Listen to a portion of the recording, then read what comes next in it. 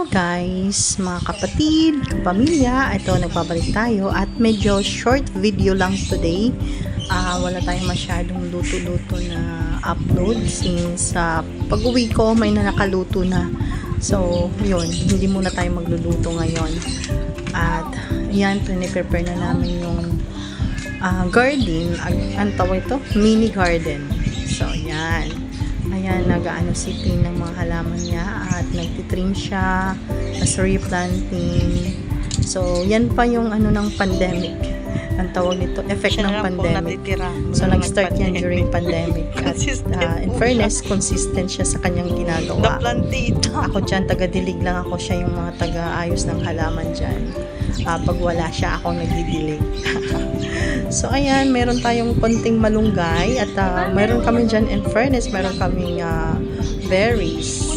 Tapos, yan, mga halaman, flowering plants.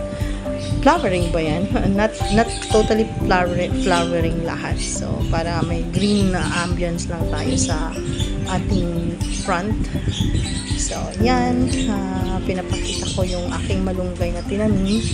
Hindi ko yan napapakinabangan actually kasi may kumukuha dyan ng mga kung sino lang. Pero okay lang din. At least napapakinabangan. Ang importante, buhay pa rin yung malunggay. Survivor din yan. During pandemic din yan namin tinanim. So, ilang taon na din siya na nandyan. So, yan yung paligid namin at marami din silang mga plants dyan. So, napapakita ko sa inyo at medyo maaliwalas. Yan, sa tapat namin. So, binigyan ko na din para mahaba-haba ang video. Ayun guys, thank you for watching and yeah, see you next video at hopefully makapagluto-luto na tayo. So, abang-abang lang kayo.